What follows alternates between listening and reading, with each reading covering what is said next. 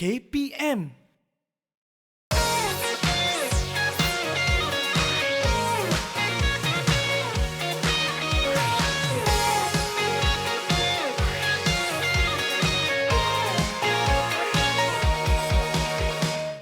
Satu, dua, tiga, empat, lima, enam, tujuh, lapan.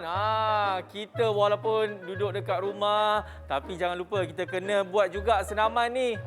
Kan, tak adalah kita belajar juga. Tapi senaman tak buat pun tak boleh juga kan. Okey, sekarang Abang nak tunjuk pula. Kita kena buat exercise macam ni lompat bintang sama-sama. Jom. Satu, dua, tiga. Wow. Aduh. Dia tangkap pula dekat belakang ni. Mana cikgu ni? Cikgu, tolong saya cikgu. Cikgu. Jom kita tengok profil guru hari ni. Aduh, cikgu.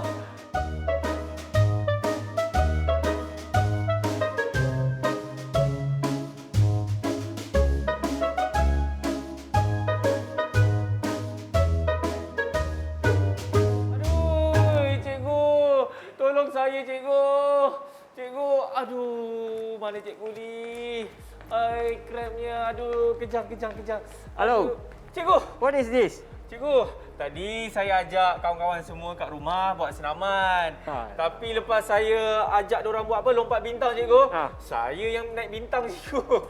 You ada warm up tak? Tak ada. Kenapa, cikgu? Any exercise, anything, you kena warm up dulu. You tak warm up, terus nak main bola, terus nak lari 100 meter. Mana boleh? Habis, cikgu? Body you dah sedia? Belum. Belum sedia? Oh. Tapi, aku malah nak buat lari. Okey, Assalamualaikum, salam sejahtera, what's up everybody. Anda sedang menyaksikan Co-Curriculum Didik TV KPM bersama dengan saya Akmal Nazri dan juga Cikgu Murugan kita. Yang mana saya pasti kawan-kawan semua dah tengok kan tadi profil guru kita. Ya, cikgu. Cikgu okey, cikgu. Sebelum kita nak mulakan kita punya pembelajaran kita hari ini, kita kena lakukan SOP dulu, cikgu. Yes. Yang mana kawan-kawan ingat kita belum menang lagi. Jadi sila patuhi segala SOP sentiasa cuci tangan dengan kerap, sentiasa memakai pelitup muka dan juga menjaga jarak 1 meter. Jadi Cikgu Murugan boleh gunakan dulu gel pembasmi kuman kita. Okey, dan diikuti dengan saya. Alright. Kita cuci sehingga bersih. Okey, Cikgu Murugan. Yes, saya. SOP pun sudah.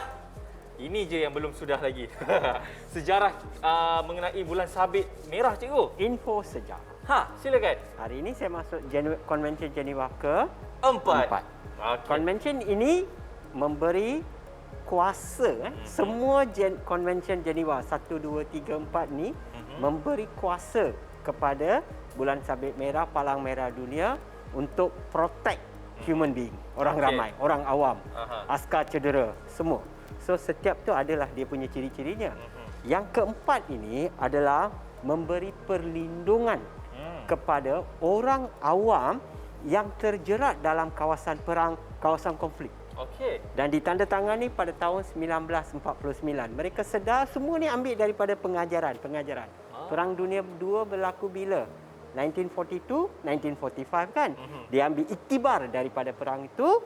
So dia nampak ramai yang terjerat dalam perang. So kita kena beri perlindungan. So dia wujudkan Geneva Convention keempat pada tahun 1949. Dijemput semua negara datang sign dan memberi kepada dunia, askar, orang ramai, negara-negara semua supaya apabila perang janganlah mengusir, janganlah mencederakan orang awam yang berada di kawasan konflik. Contoh yang paling dekat kita ambil Singapura. Perang Dunia Kedua tetap berlaku di tengah kota. Sebab Singapura kan dia kawasan negara kota kan. So what happened? The war took place tengah-tengah bandaraya. So ramai terjerat, ramai yang menjadi mangsa peperangan. So itulah iktibar yang diambil. Satu contoh saja. Contoh macam ni ada banyak. So diwujudkan Geneva Convention ke-4. Faham Akmal? What is Geneva Convention 4? Yes, tahu cikgu. Jadi sekarang ini ramai ni murid-murid nak tahu ni Hari ni kita belajar apa, cikgu? Adakah ianya ada kena-mengena dengan saya punya lakonan tadi? Hari ni kita belajar apa ni, cikgu? Kekejangan otot. Kekejangan otot selalu kita kaitkan dengan sukan saja. Betul. Actually is bigger picture. Okey. Hari ini kita akan tengok dia ada kaitan dengan sukan dan juga non-sukan. Tapi lebih menjurus kepada sukan. Iya. Akmal. Definisinya, cikgu. Akmal? Ya. Akmal dah minta definisi, so Betul. saya bagi definisi. Silakan, cikgu. Kekejangan berlaku pada bila-bila masa aktiviti yang ada kaitan dengan sukan. Iya. Yang selalunya kompetitif aktiviti lah. Kompetitif sukan. Katakan nak pergi bertanding. Masa itulah dia kram. Masa itulah kekejangan itu berlaku. Sebab dia tak bersedia. Dia tak bersedia. Ada kala juga kekejangan ini berlaku secara mendadak tau. Tak disangka. Tiba-tiba lah. Tiba-tiba. That mean body mechanism dia, struktur badan dia belum bersedia. Kadang-kadang juga berlaku masa tengah tidur. Kan? Yes. Boleh jadi juga. Boleh jadi. You tanya yang sedikit tua-tua sikit lah. Berusia lah. Berusia. Okay, you can see. Kekejangan berlaku pada kaki pada waktu malam. Masa dia tengah tidur. Nanti kita akan tengok punca-puncanya, kita tengok kemudian. Definisi anda kena faham. Kekejangan yang berlaku pada mangsa, pada otot apabila selalunya melibatkan sukan kompetitif. Okey. Jadi cikgu, kan kita dah sebut dah tadi pasal sukan Olimpik kan. Apa kata kita jom kita lari 100 meter, cikgu? Mana boleh? Kenapa? Ini tak sampai 10 meter kawasan ni. Cikgu, jangan bagi tahu orang, cikgu. Kita olok-olok je, cikgu. Okey. Alright, kita nak berhenti rehat dulu. Selepas ini kita akan sambung dengan punca-punca dan juga tanda-tanda, cikgu. Apa itu kekejangan otot? On your mark. Didik TV KPM. Didik TV KPM. 100 meter final. Gold medal goes to Teacher Morgan. Dengan masanya 1 minit. 1 minit. Lari 100 meter. Wah. Itu lari ke jalan kaki? Jalan kaki kan. Masih lagi menyaksikan apa, cikgu? Co-curriculum Didik TV KPM. Baik, cikgu. Tadi kan cikgu dah janji dengan kami semua yang mana cikgu nak kongsikan kepada kami apa dia punca-punca dan juga tanda-tanda kekejangan otot, cikgu. Yes, Akmal. Ya. Kita nak tengok mangsa, mudah kita nak memahami. Yes. Alright? Jom kita pergi. Kita Let's go. tengok mangsa sekali. Mangsa dah ada, cikgu. Mangsa dah ada dah. Ini mangsa kita. Standard mangsa. Okey. Amal, Yep. mai duduk sebelah dia. Boleh. Tapi jangan dekat-dekat. Saya jauh-jauh, cikgu. Okey. Okey. Tengok ni. You tengok tak muka mangsa? Berpeluh. Belum. Okey. Selalunya punca dia mengalami kekejangan otot ni kalau atlet lah. Rakan-rakan di rumah berpeluh, berlebihan.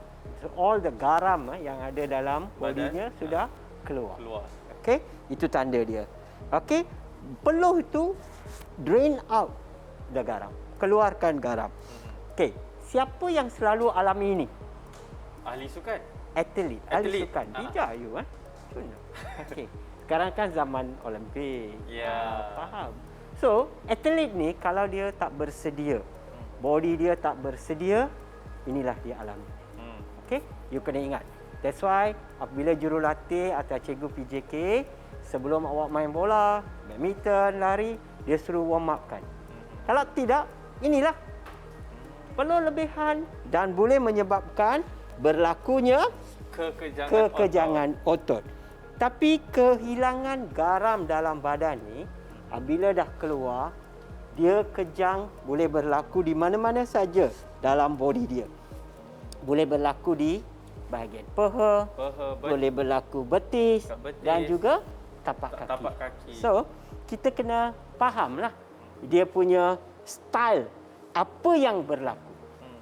So, tanda yang dia mengalami, mangsa mengalami kekejangan ialah otot mangsa menjadi ketat.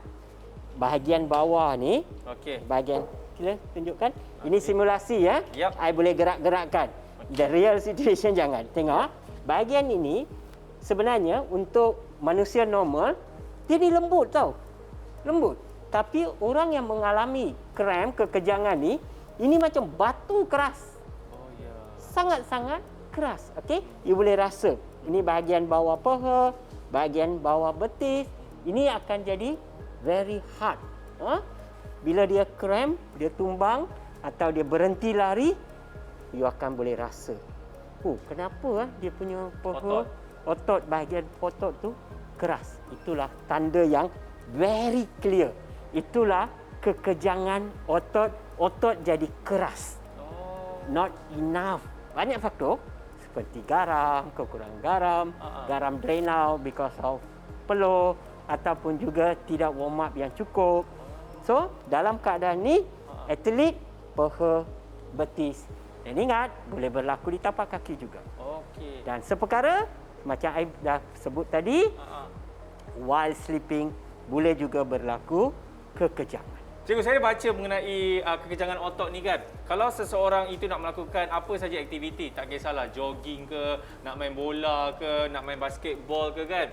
Kita pun tak boleh nak makan, contohlah kita nak pergi jogging pukul 6 petang. 5.30 kita makan. Confirm akan kita kekejangan otot. Betul ke cikgu? Itu scientifically not proven. Okey. Actually, bab makanan ni terpulang kepada body. Ya. Tapi kita tidak digalakkan makan immediately after makan you go for a game. At least 1-2 hours dah makan, baru you pergi game, then fine. Cikgu, berapa minit untuk kita nak kena lakukan warm up ataupun pemanas badan ni? Sekurang-kurangnya lah. Minimum 15 minutes you kena warm up. 15 minit 15 minit you warm up. Supaya badan betul-betul sudah bersedia untuk melakukan competitive game. Sebab badan tak warm up, dia tak bersedia. Ya. Kan? Tiba-tiba je terus lari. So it's not fair for the body lah. badan terkejut. Otot terkejut. Be specific. Otot terkejut. Akmal, nanti dalam segmen yang satu lagi, saya akan tunjukkan bagaimana kita nak merawat mangsa yang mengalami kekejangan otot ini. Saya akan tunjuk di betis, di tapak kaki, di paha, all that saya akan tunjukkan. Akmal kena tolong saya tau nanti. Tak ada masalah cikgu. Boleh ya? Habis sekarang kita nak buat apa cikgu? Sekarang kita berhenti rehat. Okey. Kita pergi minum kopi dulu. Then we come back. Ya. Kita uruskan rawatan kekejangan otot. Cikgu, nak bawa mangsa kita sekali? Mangsa baring dulu. Okey. Kita belikan air untuk Kita bungkus untuk dia. Okey, cantik. Kita nak berhenti rehat. Selepas ini kita akan kembali lagi dalam Co-Curriculum Didik TV KPM. Didik TV KPM. Didik TV KPM. Yap, masih lagi menyaksikan Co-Curriculum Didik TV KPM. Kita dah tahu dah mengenai punca-punca dan juga tanda-tanda kekejangan otot. Dan sekarang ini cikgu, kita nak memberikan rawatan pula kepada mangsa yang mengalami kekejangan otot. Jadi cikgu, langkah pertama. Langkah pertama. Bila berlaku je kram, kekejangan otot, kita perlu baringkan mangsa di tempat yang teduh. Banyak kita lihat tengah panas, di situ dia nak urus. Kalau mangsa tengah mengalami kesakitan, kekejangan tu panas pula. Panas. So, kita kena gunalah common sense. Kita bawa guna stretcher ataupun pimpin dia ke tempat teduh. ke tempat yang teduh. Okey? Selepas itu, baringkan mangsa. Ya. Macam inilah. Kita dah baringkan dah. Sekarang kita tengok kekejangan tu berlaku di mana. Okey? Saya pecahkan hari ini kepada 3 3 bahagian ke paha, betis dan tapak kaki. Okey? Mari kita tengok di tapak kaki dulu. Okey, kalau tapak kaki selalunya kita tengok sini kan. Ini tapak kaki, abang. Macam ni. Kita letak tapak kaki tu pada paha first aider. Macam ni je. Okey? Kita boleh picit-picitkan macam ni. Alright. Okey. Tapi masa yang sama juga Aha. kita kena tolak kaki mangsa Oh. macam ni. Nampak tak? Cikgu, saya pernah tengok scene ini dekat bola, cikgu. Masa bola kan. Dia Tengok tolak ni. kaki dia. Tolak macam ni. Okey. Okey. Bila sakit tu beransur kurang, bila kita tolak, okey, kaki lurus tau. Kita tolak, Okey. okey. Sakit tu akan beransur kurang. Lepas tu kalau dia dalam posisi duduk pun tak apa, posisi baring pun tak apa, letak, lepas tu kita picit-picitkan jari-jari dia. Hujung-hujung ni ya. Kita macam ni, kita picit-picitkan. So, mangsa akan rasa lega. Okey, itu untuk tapak kaki. Okey, sekarang kita pindah pula ke bahagian betis. Apa kata saya dalam tanda-tanda? Otot tu sudah jadi keras, kencang kan? Dia dari soft dia jadi keras. Betul. So, apa kita kena perlu buat? Okey, kita tinggikan dia sedikit macam ni. Okey, lepas tu kita picit-picitkan perlahan-lahan. Ada yang guna istilah urut, tapi yang sesuai kita picit-picitkan supaya kita dapat melembutkan otot-otot ni. Dia akan ambil masa tau. Jangan guna minyak. Tapi ingat, sebelum kita buat proses memicit ni, kita mesti dah tolak kaki ni, tapak kaki ni terlebih dahulu. Okey, ingat, kita kena tolak. Maksimum tolak. Bila you tolak, barulah kesakitan yang ada pada betis mangsa itu berkurang. Tengok, kita tolak saja kekejangan ni. Ya. Okey, kita tolak maksimum maksimum. Dia tak akan rasa sakit. You jangan worry. Okey, dah getting better, barulah buat macam ni dalam posisi ni. Lepas tu kita tolong lembutkan otot-otot yang ada di sini. Okey, otot di bahagian paha. Kita lembutkan saja. Proses dia very easy. Just macam ni saja. Slowly you buat. Jangan letak minyak apa-apa, cikgu, Tak kan? perlu apa-apa minyak pun tak perlu. Okey, dah. Okey. Then we can communicate. We can communicate. Okey. Macam mana mangsa? Okey ke? Tengok. Mangsa dah tunjuk sign ini. Okey. Kalau mangsa, kalau dia nak minum ke apa, kita boleh bagi tapi jangan dalam posisi baring lah. Dudukkan dia. Dudukkan dia. Dia dah confident, dia dah okey, dia dah lega, barulah kita boleh beri minuman. Okey, jadi itu saja ke, cikgu, rawatan untuk sekiranya seseorang itu terkena kekencangan otot? So, this is a lesson yang kita kena belajar because you akan bertugas. Bulan Sabit ini akan bertugas semasa hari sukan. Betul. Ilmu ni very basic, tapi kita tak tahu. Kita tak tahu. Kalau krem di tapak kaki, krem di betis, krem di paha. Ya. Seakan-akan sama, tapi berbeza sedikit saja. Dalam persamaan tu ada sedikit perbezaan. So, kita kena telitilah. Kita kena belajar teknik memicit jari-jari untuk tapak kaki. Tapi sebelum tu tolak dulu. Tolak. Maksimumkan tolak. Bila you tolak, dia memberi keselesaan pada mangsa. Mangsa rasa selesa, lega, baru picit. Okey. Lepas untuk betis, tolak. Okey. Mangsa selesa, barulah picit-picit paha. Betis dia. Betis, paha pula. Okay. Betis. Tolak lagi. Bila dia dah selesa, communicate dengan mangsa, dia dah okey, picit-picit dia punya otot-otot paha. Cikgu, mungkin cikgu boleh kongsikan juga antara kesilapan ahli bulan sabit merah di luar sana apabila mengendalikan mangsa yang mengalami kekencangan otot, cikgu? Nombor satu, saya punya pengalaman, kita selalu rawat di tempat berlakunya panas terik. Hari sukan ni panas terik. Di situ dia nak rawat. Okey, itu yang pertama. Kesilapan pertama. Kesilapan kedua, dia tengok dalam first aid box ada apa minyak. Dia cari minyak, dia sapu. Okey. Nombor tiga, kita sangat layan atlet. Kalau tambah pula atlet tu very glamour punya atlet kan. Kita layan kehendak dia. Dia nak spray itu ni. Kita layan. Sebenarnya dalam keadaan ini, kita yang lebih tahu. Betul Mangsa juga, kena kan? ikut rentak kita. Apa yang ada dengan kita. Berbekalkan ilmu yang ada dengan kita, style menolak dan memicit-micitkan otot, maka mangsa akan cepat pulih. You no need to worry. You no need to worry. You lembutkan otot dia. Definitely selesai. Okay. Cukuplah Akmal untuk pengurusan mangsa kekejangan otot. Ini. Dan cikgu, mungkin cikgu boleh bagikan rumusan dan juga nilai-nilai murni yang kita boleh dapat untuk episod kali ini. Cikgu mulakan. Terima kasih. Akmal, nilai murni yang very basic kita ambil ya. Ya. Perasaan kasih sayang Terhadap insan. insan yang cedera. Ya. So bila mangsa you tengok kekejangan ni, dia sudah bukan setakat sakit. Sakit hati pun ada. Mental pula kan? Mental stress. Ah. Pasal dia dah kalah. Ya. Dia tak boleh lari. Harapan sekolah, harapan negara, harapan negeri, punah begitu saja. So, kita kena lebih empati lah, lebih sayang pada mangsa. Ingat, mangsa berada dalam situasi macam mana. So, you have to be very tolerant with him. Yap. Itulah, dengan kita jalankan, kita amalkan nilai-nilai ini, maka cepatlah mangsa pulih dalam hati yang lega. Yes. Boleh, Akmal? Boleh, cikgu.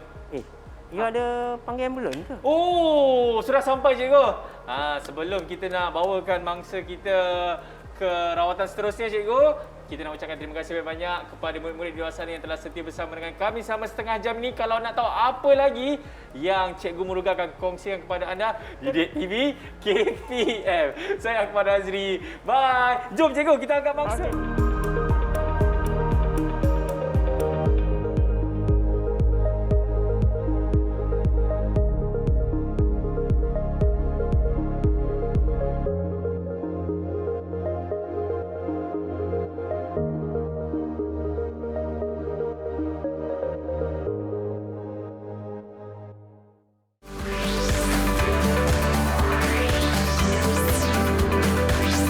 Didik TV KPM